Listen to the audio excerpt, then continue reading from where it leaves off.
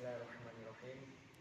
Assalamualaikum warahmatullahi wabarakatuh.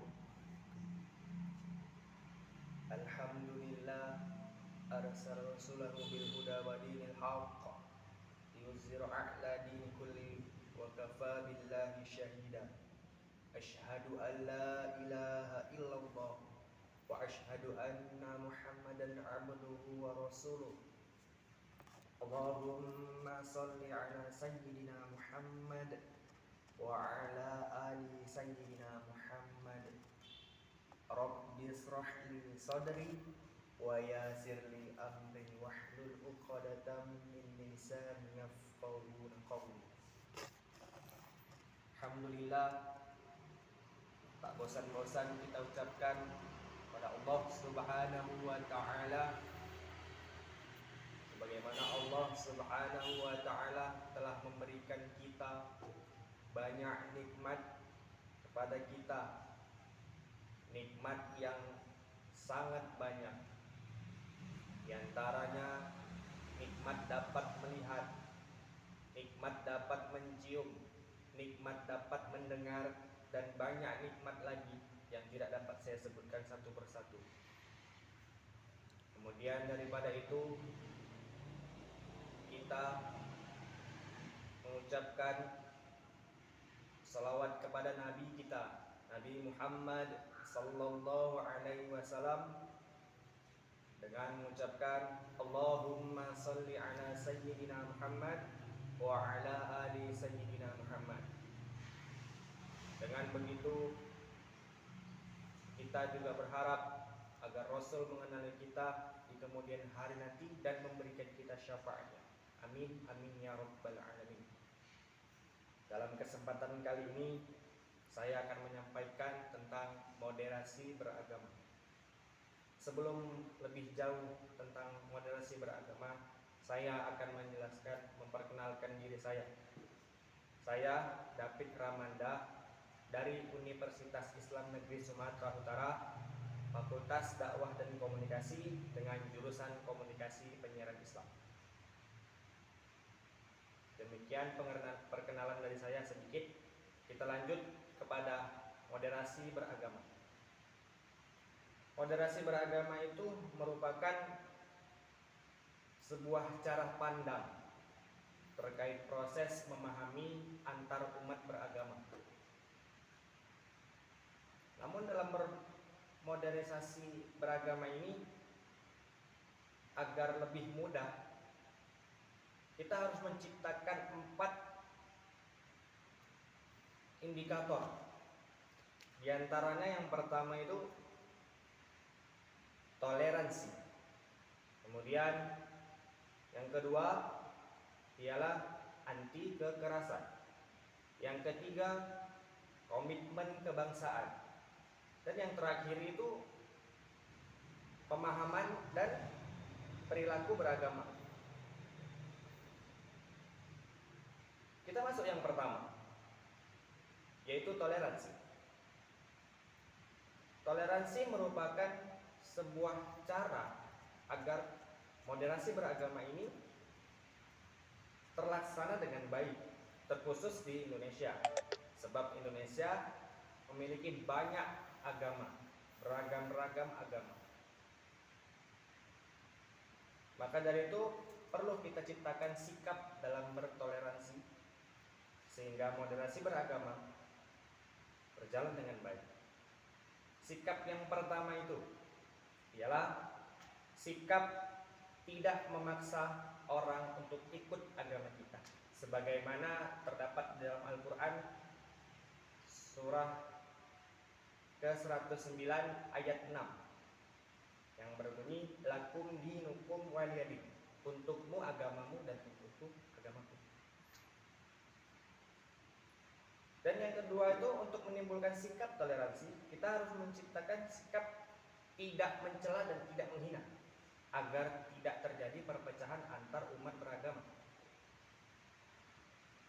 sehingga moderasi beragama berjalan dengan baik.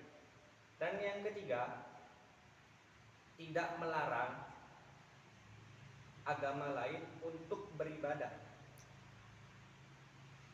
tanpa adanya larangan dan kebebasan, toleransi,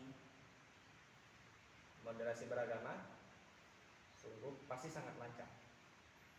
Kemudian masuk ke indikator yang kedua. Indikator yang kedua itu adalah anti kekerasan. Anti kekerasan itu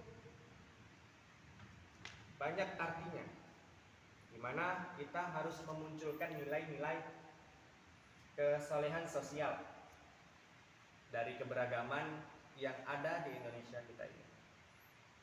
Nilai kepribadian adiluhung, yaitu nilai seni budaya yang bernilai dan wajib kita pelihara agar moderasi beragama ini tetap utuh. Yaitu kita harus menciptakan agama yang ramah, bukan marah. Agama yang mengajak, bukan mengejek. Agama yang merangkul, bukan memukul. Serta agama yang cinta kasih, bukan pilih kasih. Rasulullah SAW bersabda dalam hadis Tirmizi yang artinya, sesungguhnya di antara orang-orang yang paling aku cintai dan paling dekat tempat duduknya pada hari kiamat denganku, yaitu orang-orang yang paling baik akhlaknya. Jadi untuk menimbulkan sikap anti kekerasan, kita harus menimbulkan akhlak yang baik,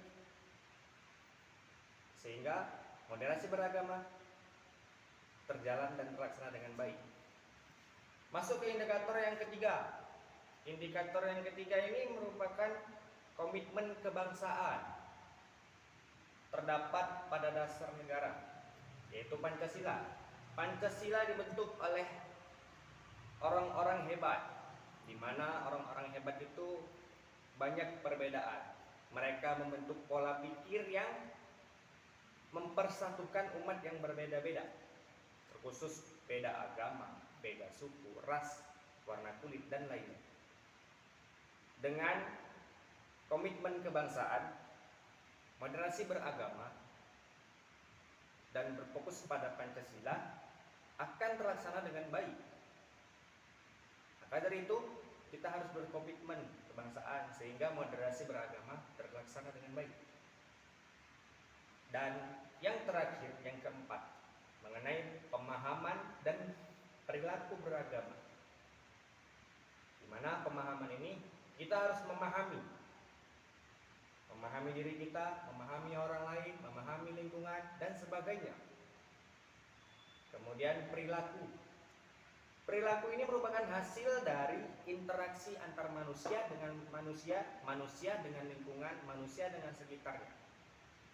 Untuk menimbulkan itu perilaku beragama dan berharap bahwa moderasi beragama akan terlaksana dengan baik, kita harus menjaga perilaku beragama kita.